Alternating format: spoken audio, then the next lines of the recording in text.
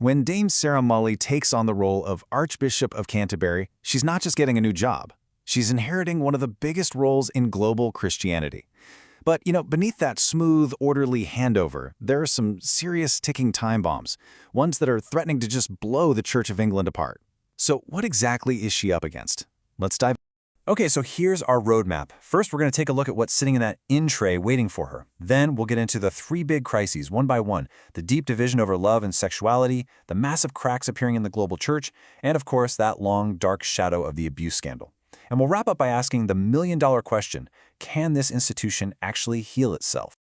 All right, first up, the Archbishop's in-tray. Now, at first glance, you might think the crisis is over. Justin Welby resigned, and the process to appoint Dame Sarah has been calm, professional, totally by the book. But that calm, well, it's a little misleading. And this is just such a perfect way to put it. The leadership change might look like smooth sailing, but all those huge, unresolved problems that brought down her predecessor, they haven't gone anywhere. They're just waiting for, right under the surface. Which brings us to the first, and maybe the most urgent of those icebergs. A church that's basically at war with itself over the very idea of love, all centered on this huge battle over same-sex blessings. And believe me, this fight is not new. Its roots go way, way back. You can see as early as 1957, the church was kind of reluctantly on board with decriminalizing homosexuality, but still condemned it. It looked like a real breakthrough was coming in 2023 when the Synod, that's the church's version of a parliament, actually approved blessings. But then, in what one person called a handbrake turn, the bishop slammed on the brakes hard, making it way more difficult for those blessings to actually happen. And what's so fascinating here is you have two sides that just seem totally unable to find common ground. On one side, you have traditionalists saying, "Whoa, hold on, this is a gay wedding in everything but name, and it totally undermines what we believe." Then on the other side, you've got progressives who see it as a crucial step for inclusion. And for them, these new hurdles from the bishops are so ridiculous, they're saying, you know what, forget it. Let's just go for full same-sex marriage. And this isn't just some friendly theological disagreement. I mean, the stakes could not be higher.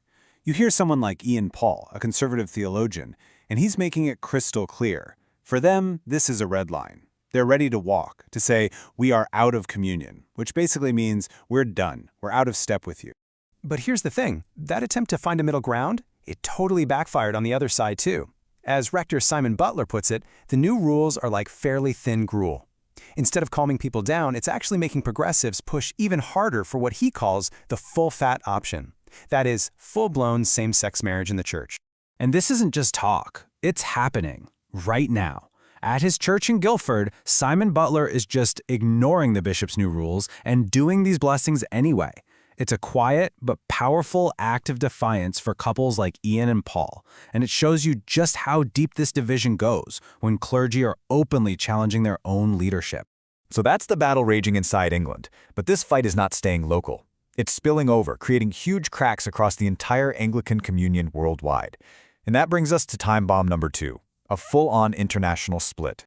To really get a sense of this next problem, you just need to see this one number: 85 million. That's how big the global Anglican family is. And that whole family is what's at risk of breaking apart.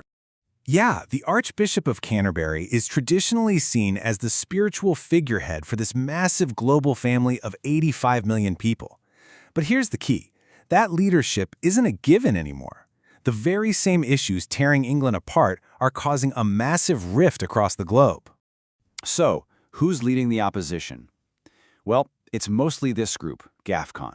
They formed back in 2008, and they represent a huge coalition of conservative churches, especially from Africa and South America, who are absolutely opposed to any change on the church's teachings on sexuality. And let's just say they were not exactly rolling out the welcome mat for Dame Sarah. The head of GAFCON, the Archbishop of Rwanda, gave this pretty brutal verdict. He doesn't see her as someone who can bring people together, but as someone who's just going to make that split even deeper. And right there, that's the crucial point. This is way beyond disagreement. I mean, listen to that. It's not we disagree. It's we want nothing to do with you. For a huge part of the global church, this is a full-on break. Dame Sarah's appointment is pretty much the last straw. So you've got divisions over sexuality, you've got a global split, but there's a third time bomb.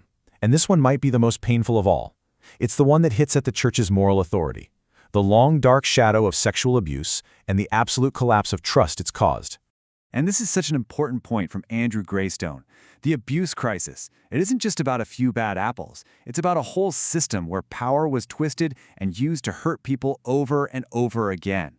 And if you don't get that, you can't understand why the church's response has been so wrong for so long. And let's not forget, this is the very reason we're even talking about a new archbishop in the first place. Justin Welby had to resign over how he handled information about the absolutely horrific abuse committed by John Smith. The wound is raw, and it goes right to the very top. So how did the church respond? Well, it's a mess. An independent inquiry basically told them, look, for anyone to trust you, you have to hand over responsibility for abuse cases to an outside body. And what did the church's own parliament do? They said no. They rejected it. They've kept control in-house, and they've been so slow about it that the government's charity commission had to step in and basically force a timetable on them. Okay, so you've got these massive, deep fractures, theological, global, and moral. It all leads to one really tough question. Can this thing even be fixed? Can the church possibly heal? But here's where it gets really complicated. After all that anger and division, you hear something like this. This is from Paul, one of the men who got that blessing that defied all the rules. And even after being pushed to the margins by the institution, he still talks about this deep, profound love for it. And maybe that's the real heart of the challenge for Dame Sarah Mully. Her job isn't just to solve these problems on paper. It's to somehow bridge this huge gap between the church people love, this institution that's woven into the fabric of the country, and the broken, fractured reality of what it's become. It is a massive, almost impossible-looking in tray, and it leaves us with this final, really critical question. Can any one person, no matter how talented, actually heal an institution that seems so profoundly at war with itself?